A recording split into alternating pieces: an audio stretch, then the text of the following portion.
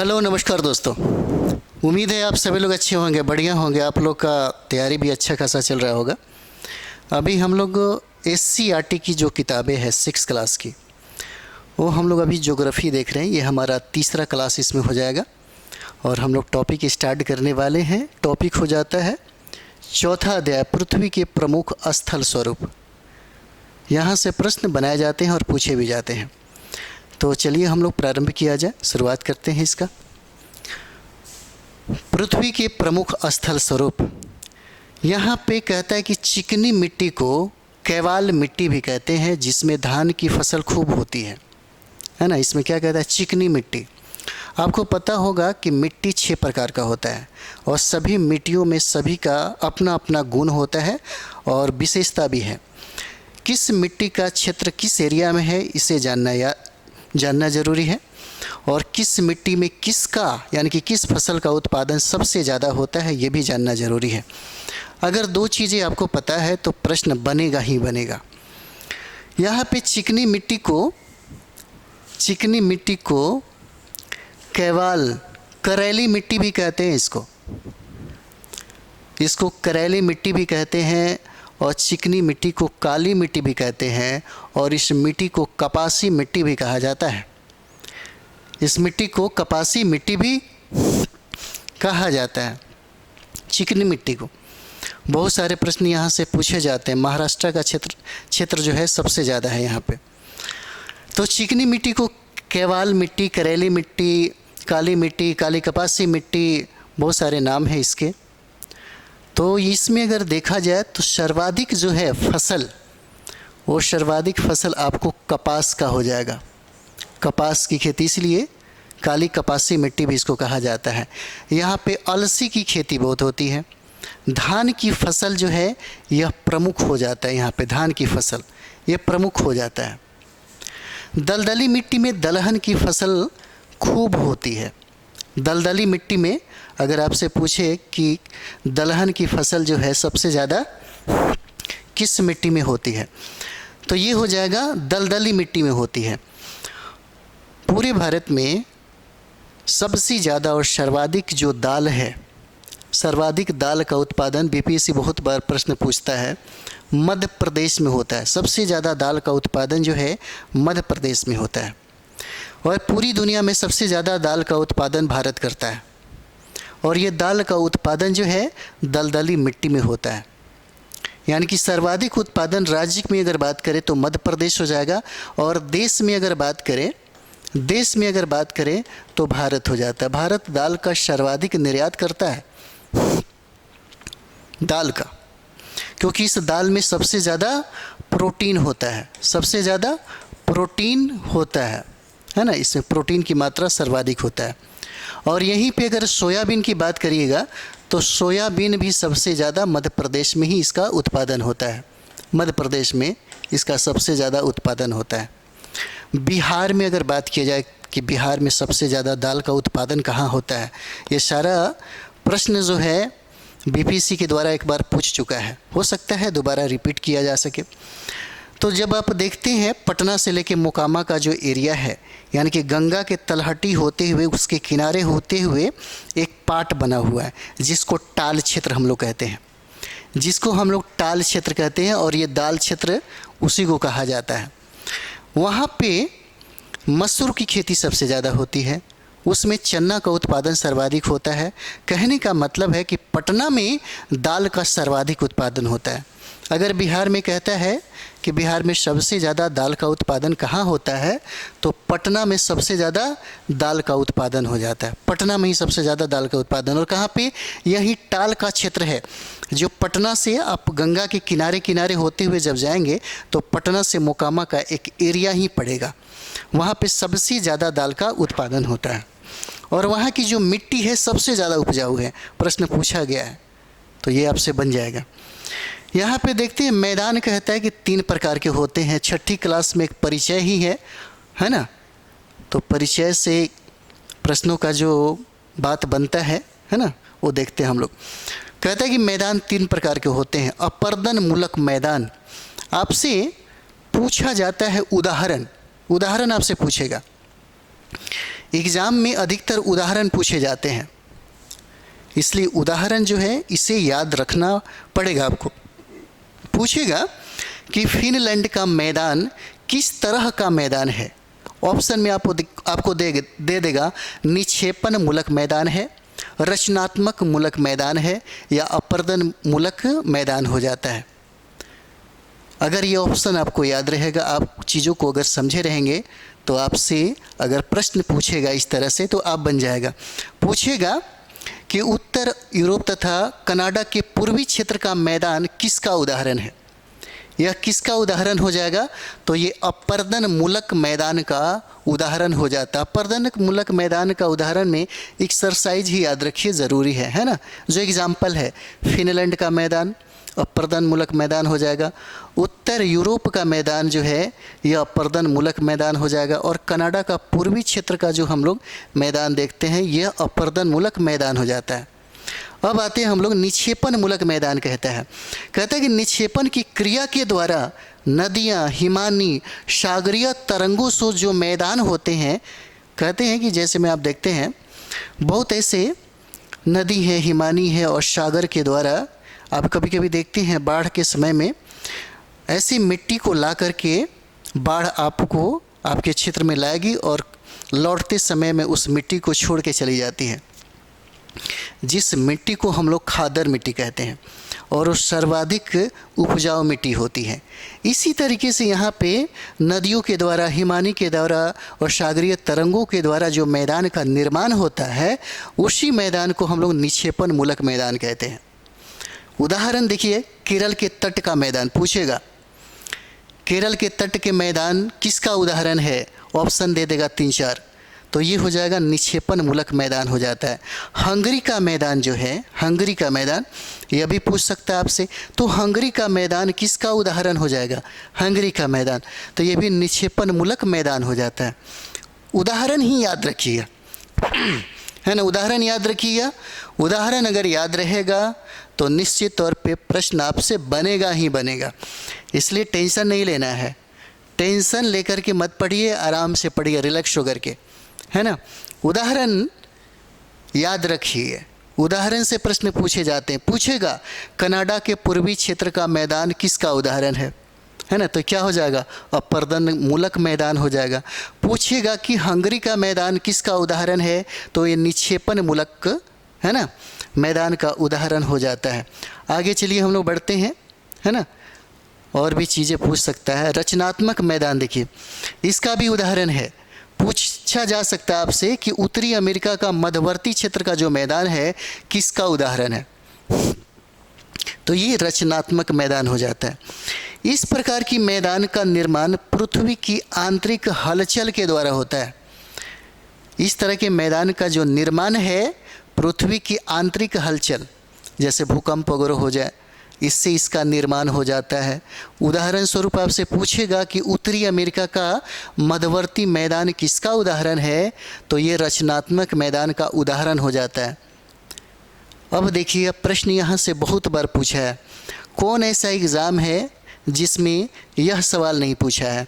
तिब्बत का पठार, है ना, संसार का सबसे ऊंचा पठार है। पूछता है कि बताइए संसार का सबसे ऊंचा पठार कौन है, निम्नलिखित निम्नलिखित में से संसार का सबसे ऊंचा पठार कौन हो जाएगा। यह सारे एग्जाम में पूछे गए हैं, है ना, तो तिब्बत का पठार हो जाएगा। पामीर के पठार को संसार का छत कहा जाता है। बहुत बार आप सचिवालय सहायक देते होंगे, और क्योंकि सचिवालय सहायक का वैकेंसी भी बहुत जल्दी आने वाला है।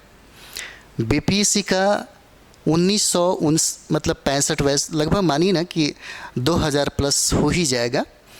मतलब बीपीएससी के इतिहास में इतना ज़्यादा सीट पहली बार आया है। तैयारी अगर कर रहे हैं तो एकदम सीरियस होकर तैयारी करिए। टाइम पास तो ज़िंदगी में चलता रहेगा, टाइम पास मत करिए। टाइम पास करिएगा तो फिर ज़िंदगी भी उसी तरह हो जाएगा। मात्र 2-3 महीने की तो बात है, 60 दिनों में अगर एक रोटी कम भी खाइए तो बात बनता है, कोई बात नहीं, इससे कोई परेशानी आपको नहीं होगा। लेकिन 60 दिनों में 12-14 घंटा अगर आप पढ़ लेंगे तो एक रिजल्ट बन जाता है जो आपका फ्यूचर, आपके परिवार का फ्यूचर बना देगा। फिर आपके जीवन में जो एक तमगा जो लगा रहा है बेरोज़गारी का, वो तमगा हमेशा के लिए ख़त्म हो जाएगा। सिर्फ आपके 60 दिनों का परिश्रम का ही नतीजा होगा रिजल्ट ये। और रिजल्ट के लिए बहुत टेंशन लेने की ज़रूरत नहीं होता है। टेंशन लेकर के पढ़ाई मत करिए। हाँ, काम को लेकर के टेंशन रखिए कि उनको ये पढ़ना है, मतलब ये चीज़ें, सिर्फ वर्क करिए। जो आपका कार्य है, जो आपका कर्म है, उसको करिए ना, फल निश्चित तौर पे मिलेगा। कहा जाता है कि संघर्ष जितना बेजोड़ होगा, परिणाम उतना ही बेहद सुखदायी होता है। तो संघर्ष ज़बरदस्त होना चाहिए, है ना। प्रश्न बहुत बार, ये जितने भी हम लोग अभी करने वाले हैं, आप विगत वर्षों में जो भी प्रतियोगिता परीक्षा है, चाहे उत्तर प्रदेश के पीसीएस का एग्ज़ाम हो जाए, चाहे बिहार में जितने भी एग्ज़ाम में प्रश्न बनाए जाते हैं, ये सारे के सारे प्रश्न एक बार पूछा है, 2 बार पूछा है, 3 बार पूछा, बहुत बार ये प्रश्न पूछा गया। आप लोग खुद बनाइए प्रश्न। जो पूछा हुआ बीपीएससी के द्वारा बहुत सारा एग्ज़ाम लिया गया है 10 सालों के अंदर में। आप सारे प्रश्नों को उठाइए और एक बार बनाइए, फिर आपको पता चलेगा। चलिए, पामीर के पठार को संसार का छत कहा जाता है। प्रश्न पूछा गया है कि संसार का छत किसे कहा जाता है, तो ये पामीर के पठार को कहा जाता है।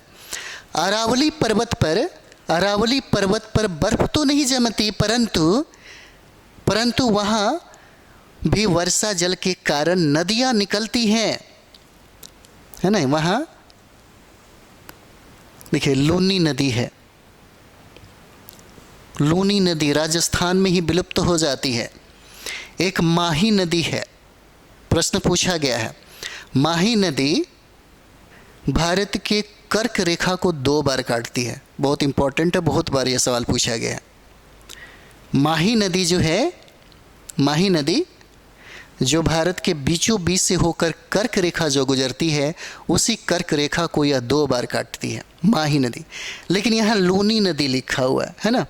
हिमालय पर्वत की, यहाँ पे देखिए, अरावली पर्वत पर बर्फ़ तो नहीं जमती, परंतु वहाँ वर्षा जल के कारण नदियाँ क्या करती, निकलती हैं। और वहीं से निकला है लूनी नदी। और लूनी नदी निकलती तो है, लेकिन राजस्थान में ही विलुप्त हो जाती है। ठीक, माही नदी इसलिए बताए, माही नदी बहुत बार यह सवाल पूछा गया। उसके बाद यहाँ पे देखिए, यहाँ पे हिमालय पर्वत की अधिक ऊंचाई के कारण शीर्ष भाग में बर्फ जमते हैं, लेकिन कम ऊंचाई के कारण अरावली पर बर्फ नहीं जमते, है ना। कम ऊंचाई पे क्या है, नहीं जमता है। चलिए आगे हम लोग यहाँ पे देखते हैं, अभी और भी सारी चीज़ें हैं। पर्वत के बारे में हम लोग थोड़ा सा जानेंगे, है ना। ये सारे के सारे जो है इम्पोर्टेंट है आपके लिए, पर्वत। और यहाँ से भी बहुत बार पूछा हुआ सवाल है, बहुत बार। सीधी उदाहरण याद रखिएगा। उदाहरण अगर याद रहेगा तो निश्चित तौर पे आंसर आप सही कर लीजिएगा। यहाँ पे वलित पर्वत कहता है, वलित पर्वत, है ना। इसकी सतह ऊबड़ खाबड़ एवं शिखर जो है शंकुआकार होती है, शंकुआकार। किसका, तो वलित पर्वत का। इसकी सतह क्या है, ऊबड़ खाबड़ होती है ना। रोड भी आप लोग कभी कभी गांव में जाते हैं, अभी तो भारत सरकार और बिहार सरकार के द्वारा बहुत ज़्यादा फोकस किया जा रहा है सड़कों पे, नहीं तो पहले सड़क जाने लायक नहीं था। अभी सड़क बड़ा खूबसूरत, जैसे सड़क और यातायात के साधन बेहतर होते हैं तो समझिए कि आपकी तरक्की अच्छी मानी जाती है ना। तो यहाँ पे इसकी सतह जो है ऊबड़ खाबड़ एवं शिखर जो है ये शंकुआकार होती है। अब उदाहरण देखिए, पूछेगा कि वलित पर्वत का उदाहरण है, इसे ज़रूर याद रखिए, यहाँ से प्रश्न बनता है। किसका, वलित पर्वत का, है ना। तो देखिए हिमालय पर्वत किसका उदाहरण है, वलित पर्वत का उदाहरण है। किसका, वलित पर्वत का। कौन, तो ये हिमालय पर्वत, है ना, हिमालय पर्वत हो जाएगा। कहता है कि दक्षिण अमेरिका की एंडीज पर्वत जो है ना, एंडीज पर्वत किसका उदाहरण है, वलित पर्वत का उदाहरण है। 2 याद रखिए, वलित पर्वत का उदाहरण 2 याद रखिएगा। एक हिमालय पर्वत हो जाएगा और दूसरा जो है एंडीज पर्वत हो जाता है। और एंडीज पर्वत कहाँ है, साउथ अमेरिका में है ना। एंडीज पर्वत आप देखते होंगे, ये आप ऐसे भी देख सकते हैं, इस तरह से है ना, आप देख सकते हैं ऐसे, है ना, ये अर्जेंटीना का क्षेत्र वगैरह होता है। और बिल्कुल ऐसे ही ये सब क्षेत्र जो देख रहे हैं आप, यहीं है आपका एंडीज पर्वत, है ना, यहीं एंडीज पर्वत हो जाएगा दक्षिण अमेरिका में। चलिए, वलित पर्वत का उदाहरण याद रखिएगा, अगर प्रश्न पूछेगा तो गलत नहीं होना चाहिए, है ना। ये हिमालय पर्वत जो है वलित पर्वत का उदाहरण है, और एंडीज पर्वत है यह भी वलित पर्वत का उदाहरण है।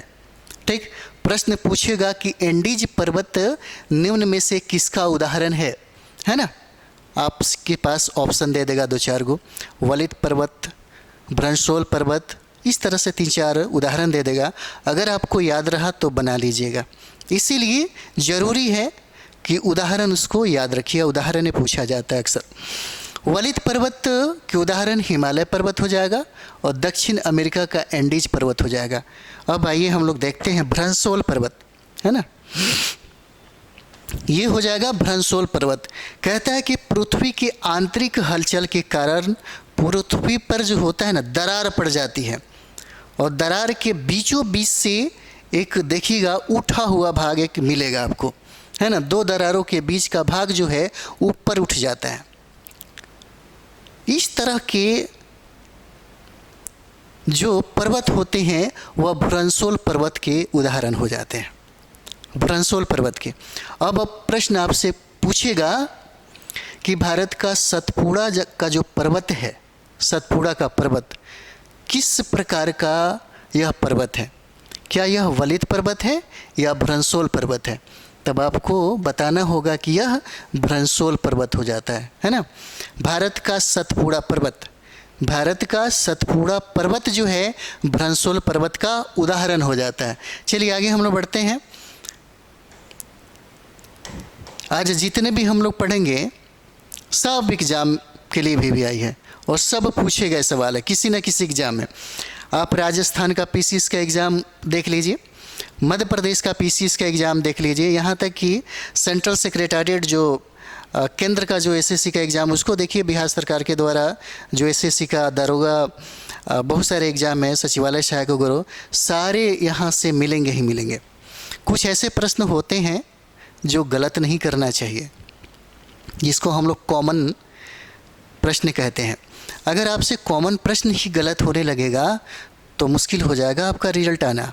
इसीलिए जो कॉमन प्रश्न है जो सारे लोग सही करते हैं वो आपका भी सही होना ज़रूरी है, तब जाकर के आप फाइट करेंगे।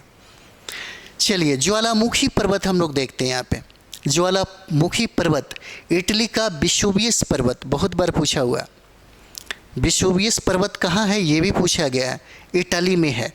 वेसुवियस पर्वत जो है यह कहाँ स्थित है, इटली में है। किसका उदाहरण है, तो यह ज्वालामुखी पर्वत का उदाहरण हो जाता है। अंडमान निकोबार में एक वैरन ज्वालामुखी पर्वत है, वैरन आइलैंड जिसको हम लोग बोलते हैं, और यह है सक्रिय ज्वालामुखी। पूछा गया है, पूछ देगा आपसे क्या यह सक्रिय ज्वालामुखी है या सुषुप्त ज्वालामुखी है, तो आपको याद रखना पड़ेगा कि बैरन जो द्वीप है यह सक्रिय ज्वालामुखी पर्वत हो जाता है। तो यहाँ पे हम लोगों ने ज्वालामुखी पर्वत के उदाहरण देखे। इटली का वेसुवियस पर्वत बहुत बार पूछा गया है, और ये भी प्रश्न पूछा हुआ है बैरन आइलैंड जो है, यानी कि बैरन जो द्वीप है कहाँ पे स्थित है, तो भारत के अंडमान निकोबार में यह स्थित है, पूछा गया सवाल है। चलिए नोट में यहाँ पे लिखा हुआ है कि वलित पर्वत के अत्यंत प्राचीन होने से, है ना, वलित पर्वत के अत्यंत प्राचीन होने से अपर्दन के कारण ऊंचाई कम हो जाती है। ऐसी स्थिति में ये अवस्थिति अवशिष्ट पर्वत कहे जाते हैं। यानी कि वलित पर्वत के अत्यंत प्राचीन होने से अपर्दन के कारण ऊंचाई क्या होता है, कम हो जाता है, कम हो जाता है इसकी ऊंचाई, और ऐसी स्थिति में इसे अवशिष्ट पर्वत कहा जाता है। अवशिष्ट पर्वत का उदाहरण भी बहुत बार बीपीएससी ने पूछा है कि अरावली का पर्वत, अरावली का जो पर्वत है किस तरह का पर्वत है। आपको ज्वालामुखी पर्वत ऑप्शन में दे देगा, वलित पर्वत दे देगा, वृंशोल पर्वत दे देगा और ये जो है अवशिष्ट पर्वत का उदाहरण भी दे देगा। चारों में अगर आपको याद रहेगा तो बन जाएगा। इसे याद रखिएगा, बहुत इंपॉर्टेंट है। अवशिष्ट पर्वत का उदाहरण अरावली का पर्वत है जो सबसे प्राचीन और सबसे पुराना है ना, यही है। चलिए आगे हम लोग देखते हैं। बिहार में सोन नदी, बिहार में सोन नदी मैदानी क्षेत्र से होकर बहती है। बिहार में सोन नदी, बिहार में सोन नदी जो है ना, आप यहाँ पे देख सकते हैं। अगर हम लोग इसको बिहार अगर ऐसे देख लें, है ना, बिहार, तो देखिए ये गंगा नदी है और यही गंगा नदी बिहार को दो भागों में बांटती है। एक हो जाएगा उत्तरी बिहार और नीचे हो जाएगा इसका दक्षिणी बिहार। यहाँ पे हमेशा बाढ़ की समस्या देखा जाता है और यहाँ पे हमेशा सूखा की समस्या देखने को मिलती है। यहाँ से जो नदियाँ उतर करके हिमालय से जो आती है ना, यह नदियाँ भयंकर बाढ़ लेकर के आती है यहाँ पे, ठीक। और ये सारी की सारी जो नदियाँ हैं वो गंगा में संगम करती हैं। उसी तरीके से जो सोन नदी है जो दक्षिण से जा कर के गंगा में मिलती है, ये सोन नदी, और यह सोन नदी जो है एकमात्र बिहार का सोन नदी है जिसका उद्गम अमरकंटक है। इस नदी का, है ना, इस नदी का उद्गम अमरकंटक हो जाता है। जैसे नर्मदा का जो उद्गम है अमरकंटक हो जाता है ना। तो ये प्रश्न आपसे पूछेगा तो गलत नहीं होना चाहिए, है ना। आगे आइए। यानी कि बिहार में सोन नदी मैदानी क्षेत्र से होकर बहती है। हम लोग बिहार का भी स्पेशलाइज, अभी बिहार हम लोग स्पेशल जब पढ़ेंगे हर चीज़ें क्लियर हो जाएगा, सब चीज़ें आपको मिलेगा इसमें। अब मतलब नदी तंत्र जो प्रणाली है बिहार का, भारत का, सब हम लोग पढ़ेंगे, एकदम क्लियर हो जाएगा, है ना। अभी छठी क्लास में हम लोग भी अभी हैं, देखते हैं। वाल्मीकि नगर बिहार के पश्चिमी क्षेत्र में अवस्थित है ना। ये वाल्मीकि नगर जो है, वाल्मीकि नगर क्या कहता है, वाल्मीकि नगर बिहार के पश्चिमी क्षेत्र में स्थित है, यानी कि पश्चिमी चंपारण में है और बिहार का एकमात्र नेशनल पार्क है। ये जो पश्चिमी चंपारण है बिहार का सबसे बड़ा क्षेत्र हो जाता है क्षेत्रफल के हिसाब से। एक तरह से, यानी कि एक तरफ से उत्तर प्रदेश के साथ इसका सीमा जुड़ता है, तो दूसरी तरफ से इसका अंतर्राष्ट्रीय जुड़ाव भी है जो नेपाल के साथ सीमा साझा करता है। पश्चिमी चंपारण सबसे बड़ा एरिया है और पश्चिमी चंपारण में ही सोमेश्वर की जो श्रेणियाँ हैं वहाँ पे आपको दिखेगा। बहुत बार ये प्रश्न पूछा गया है। और सोमेश्वर की जो श्रेणी है या शिवालिक जो सबसे नवीन पहाड़ियाँ हैं, श्रेणियाँ हैं, उसका यह पार्ट हो जाता है, भाग हो जाता है ना, पश्चिमी चंपारण में। तो यहाँ पे हम लोग देखते हैं। और पश्चिमी चंपारण में एक चीज़ और भी है, आप देखते होंगे पहले यानी कि गन्ना का सर्वाधिक उत्पादन और यहाँ पे चीनी का भी उत्पादन था। यहाँ पे बहुत सारे चीनी मिल थे, लेकिन धीरे धीरे बंद कर दिया गया, है ना। उसकी हालात बहुत ख़राब हो गई, खास करके इस पे बहुत ज़्यादा कहें तो राजनीतिक जो इच्छा शक्ति थी वो कम पड़ गई, जिसकी वजह से ऐसा हुआ। तो देखिए यहाँ पे कहते हैं कि धान फसल के लिए उपयुक्त मिट्टी चिकनी मिट्टी हो जाती है ना। और पठार की ऊपर की सतह सपाट होती है और बिहार की अधिकतर गंगा नदी के दोनों ओर मैदानी भाग के रूप में फैला है, ठीक है। चलिए आगे हम लोग देखते हैं। अध्याय 5 भी हम लोग कर ले। सबसे ज़्यादा मज़ा तो आपको 7वां 8वां जैसे ही आगे के क्लास में हम लोग जाएंगे हम लोग का मैटर भी ज़्यादा हो जाएगा, क्योंकि यकीन मानिए एक बार कंपटीशन को, किसी भी कंपटीशन को फाइट करने के लिए, यहाँ तक कि लोग आईएएस कंपटीशन को फाइट करने के लिए इस किताबों का सहारा लेते हैं, इसके बगैर नहीं बन सकते। उनको एनसीईआरटी की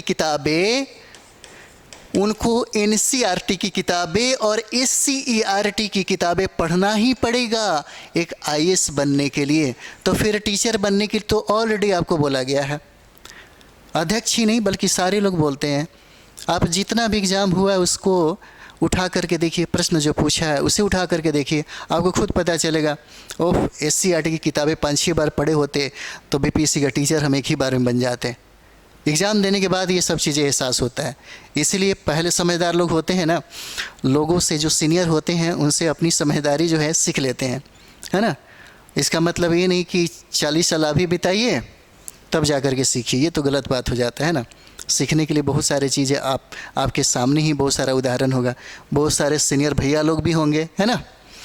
तो चलिए आगे हम लोग बढ़ते हैं। यहाँ पे प्रमुख रूप से दिशाएं 4 होती है ना।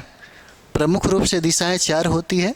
आप लोग रीनी में भी तो पढ़े होंगे, है ना। ये क्या हो जाएगा, पूरब हो जाएगा, है ना। ये पश्चिम हो जाएगा, ठीक है। ये नॉर्थ मतलब उत्तर हो जाएगा, और ये दक्षिण हो जाएगा। कुल दिशाओं की संख्या कितना, 10 हो जाता है। और यहाँ हम लोग आगे देखते हैं, इसमें बंगाल की खाड़ी भारत के दक्षिण पूर्व में स्थित है। जैसे अगर हम लोग यहाँ पे देखेंगे, सॉरी आप लोग भी बनाते रहिएगा, नक्शा सही रहता है ना। चलिए ये इंडिया हो जाएगा, ये आपका श्रीलंका का क्षेत्र हो जाता है, और ये यही पाक जल संधि है ना। यही पाक जल संधि है श्रीलंका और भारत के बीच में। और यहीं पे हिंद महासागर में ही क्या है, मन्नार की खाड़ी है। यहीं पे मन्नार की खाड़ी हो जाता है। यहाँ पे ये जो पूरब का जो क्षेत्र देख रहे हैं, ये क्षेत्र जो है, यह क्षेत्र वेस्ट बंगाल है। इसीलिए इसी के नाम पे ही ये जो एरिया जो आप पूरा देख रहे हैं, इस एरिया को बंगाल की खाड़ी कहा जाता है ना। इसी को बंगाल की खाड़ी कहा जाता है। और इधर जब हम लोग आएंगे तो इधर हम लोग अरब सागर कहते हैं, है ना। इसी को हम लोग अरब सागर कहते हैं। और ये जो पूरा पानी हम लोग देख रहे हैं, ये सारा का सारा क्या है, हिंद महासागर हो जाता है। यही हिंद महासागर है ना। और इसी के नीचे और यहाँ पे जाएंगे तो एक कंट्री मिलेगा जिसका नाम है मालदीव, जिसका जुड़ाव है, जलीय जुड़ाव है हमारे भारत के साथ। भारत की सीमा का जो जुड़ाव है, जलीय जुड़ाव, 2 कंट्री हैं, एक श्रीलंका एक मालदीव। मालदीव की राजधानी माले हो जाता है ना। और बाकी जो 7 हम लोग देख रहे हैं पड़ोसी जो कंट्री हैं, जिनका जुड़ाव स्थलीय से जुड़ा हुआ है, ठीक है। यही प्रश्न आपसे कहता है कि बंगाल की खाड़ी, है ना, क्या ये बंगाल की खाड़ी भारत के दक्षिण पूर्व में स्थित है ना, दक्षिण और पूर्व में स्थित है। अब ये भी सोचिए, देखिए इसको अगर हम लोग, है ना, यानी कि भारत के बीचों बीच से एक रेखा गुजरती है जिसको हम लोग कर्क रेखा कहते हैं। अब चलिए इसको ऐसे कर लीजिए, है ना। तो हमने ये कहा था कि ये दक्षिण हो जाएगा, ठीक है, और ये कहा था ये पश्चिम हो जाएगा, है ना। तो क्या हो जाता है, अरब सागर किधर पड़ेगा, दक्षिण और पश्चिम में पड़ेगा। यही तो आपसे कह रहा है ना। बंगाल की खाड़ी, ये जो बंगाल की खाड़ी है, अरब सागर आपको दक्षिण पश्चिम में और बंगाल की खाड़ी दक्षिण पूरब में हो जाता है। चलिए और भी आगे देखते हैं हम लोग। कहते हैं कि अरब सागर भारत के पश्चिम दक्षिण में स्थित हो जाता है, सही है। अब आप लोग एक बार मैप देखिएगा। मैप देखने से बहुत सारे सवाल जो हैं ज्योग्राफी के बन जाते हैं। मैप से बहुत सारे सवाल जो हैं ज्योग्राफी के बन जाते हैं। हम लोग एटलस भी एक बार कर लेंगे। एक सप्ताह में एटलस इस तरह से हो जाएगा आपका कि आपको कभी भी अगर पॉलिटिकल या कहीं से भी प्रश्न पूछेगा तो बन जाएगा। अरब सागर भारत के पश्चिम दक्षिण में स्थित हो जाता है। अंडमान निकोबार द्वीप समूह बंगाल की खाड़ी में स्थित है ना। जैसे आप देखते होंगे ये वाला क्षेत्र हो जाएगा, है ना। यहाँ पे क्या हो जाएगा, यहीं पे निकोबार, यहीं आपका क्षेत्र हो जाता है अंडमान निकोबार, है ना। यहीं पे अंडमान निकोबार हो जाएगा। और इधर जब आएंगे तो यहाँ पे लक्षद्वीप हो जाएगा, है ना। आपका लक्षद्वीप है, यह दोनों क्या है, केंद्र शासित प्रदेश हो जाता है। इसी के बारे में कह रहा है यहाँ पे। अंडमान निकोबार द्वीप समूह बंगाल की खाड़ी में स्थित है और भारत के उत्तर दिशा में हिमालय पर्वत है ना। हिमालय पर्वत है, ये श्रेणियाँ हो जाता है। हिमालय की श्रेणियाँ अगर देखिएगा तो कुछ श्रेणियाँ हैं जो आपको उत्तर से दक्षिण की तरफ में पूछ देता है। जैसे में इसका एक ट्रिक भी है ना। चलिए आगे हम लोग देख लेते हैं इसको। चलिए ट्रिक भी आपको बता ही देते हैं। इसका ट्रिक है काल जागरे, है ना। काल जागरे पीर धौस, याद रखिएगा इस तरह से, है ना। क्या हो जाएगा, काराकोरम, है ना। काराकोरम हो जाता है। का से, ल से क्या हो जाएगा, लद्दाख हो जाएगा, है ना। लद्दाख ये पर्वत श्रेणियाँ हैं। जा से क्या हो जाएगा, जास्कर हो जाएगा, याद रखिएगा, बहुत पूछता है। ग्रेट हिमालय हो जाएगा, है ना। ग्रेट हिमालय हो जाता है। उसके बाद पीर पंजाल हो जाएगा, पीर पंजाल हो जाएगा, है ना। और इससे क्या हो जाएगा, धौलावीरा, है ना, धौलावीरा हो जाएगा। और इससे क्या हो जाएगा, यह शिवालिक हो जाता है। और यही शिवालिक का पार्ट आपको बिहार के पश्चिमी चंपारण में सोमेश्वर की श्रेणियाँ के रूप में स्थित है। ठीक है, इतना अगर याद रहेगा तो आपसे प्रश्न बनेगा ही बनेगा। ट्रिक क्या हो जाएगा, काल जागरे पिरधौस, है ना। का से क्या हो जाता है, काराकोरम, ल से लद्दाख, जा से जास्कर, ग्रेट हिमालय, पीर पंजाल, धौ से धौलावीरा, अशा से शिवालिक, है ना। इतना याद भी रहेगा तो आप बना लीजिएगा, आपसे गलत नहीं होगा। तो अंडमान निकोबार द्वीप समूह बंगाल की खाड़ी में स्थित है। चलिए आगे बढ़ा जाए। भारत के उत्तर दिशा में हिमालय पर्वत है ना। भारत की उत्तर दिशा में हिमालय पर्वत है, ये बात आपको भी पता होगा। तो भारत की उत्तरी बिंदु, यहाँ पे भी देख लीजिए, पूछा जा सकता है आपसे, है ना। चलिए, भारत की उत्तरी बिंदु को हम लोग इंदिरा कोल कहते हैं। यहीं पे ये उत्तरी बिंदु क्या हो जाएगा, इंदिरा कोल के नाम से जाना जाता है। और दक्षिण बिंदु इंदिरा पॉइंट के नाम से हम लोग जानते हैं, है ना, इंदिरा पॉइंट हो जाएगा। भारत की सबसे उत्तरी बिंदु, है ना, सबसे उत्तरी बिंदु इंदिरा कोल कहते हैं यहाँ पे। और यह 37 डिग्री 6 मिनट उत्तरी अक्षांश पर स्थित है, जो जम्मू कश्मीर में है ना। कौन सा, इंदिरा कोल, पूछा गया है ये सवाल। इंदिरा कोल कहाँ पे है, तो जम्मू कश्मीर में हो जाएगा, है ना, जम्मू कश्मीर में हो जाता है। भारत में 9 राज्य, तमिलनाडु, उड़ीसा, आंध्र प्रदेश, पश्चिम बंगाल, गुजरात। सबसे बड़ा समुद्री सीमा है इसका, महाराष्ट्र, गोवा, कर्नाटक, केरल, ये समुद्र के सीमा से साझा करते हैं, समुद्र की सीमा साझा करते हैं। पूछेगा कि भारत का कितना ऐसा राज्य है जिसका जुड़ाव, जिसका संपर्क जो है समुद्रों के किनारे है, समुद्र से वो अपना सीमा साझा करता है। तो भारत के 9 राज्य हैं। और इस 9 राज्य में सबसे बड़ा जो समुद्री सीमा किसी राज्य की लगती है तो वो राज्य हो जाएगा गुजरात हो जाता है ना, सबसे बड़ा समुद्री राज्य हो जाएगा। कितने राज्य हैं, 9 राज्य हैं। 9 राज्य पूछा गया सवाल है। अभी हम लोग जो भी पढ़े हैं सारे के सारे बहुत इंपॉर्टेंट है आपके लिए। चलिए आगे हम लोग बढ़ते हैं। यहाँ पे कहता है त्रिपुरा तीनों ओर से, है ना, त्रिपुरा तीनों ओर से बांग्लादेश, मतलब तीनों ओर से अंतर्राष्ट्रीय सीमा से घिरा हुआ है। त्रिपुरा तीनों ओर से अंतर्राष्ट्रीय सीमा से घिरा हुआ है। वो कौन सा कंट्री है, बांग्लादेश हो जाएगा, है ना। कौन सा, तो बांग्लादेश। भारत का दक्षिणतम राज्य कौन है, तमिलनाडु हो जाएगा। भारत के 4 दिशाओं में, पूरब में बंगाल की खाड़ी, है ना, आप देख सकते हैं यहाँ पे। पूरब में क्या, बंगाल की खाड़ी, है ना। पश्चिम में अरब सागर, ठीक है, क्या हो जाएगा, पश्चिम में अरब सागर, है ना। उत्तर में हिमालय, ये यहाँ पे उत्तर में हिमालय। और दक्षिण में जो आप लोग देख रहे हैं ये हिंद महासागर हो जाता है ना। क्या हो जाएगा, हिंद महासागर हो जाएगा। तो एक बार बुक को ज़रूर पढ़िएगा, बुक को पढ़ने के बाद बहुत मज़ा आने वाला है ना। जैसे ही हम लोग 7th क्लास में जाएंगे, 8th क्लास में जाएंगे, वहाँ बहुत मतलब अच्छा फील होगा। और वहाँ समझिए कि आपको लगेगा, क्योंकि जैसे ही 2-3 क्लास आप ख़त्म करते हैं, 6, 7, 8, तब आपको लग जाएगा। जो भी प्रश्न आप बनाइएगा आपको खुद फील होगा कि हमें बहुत पहले ही इसको 3-4 बार पढ़ लेना चाहिए था।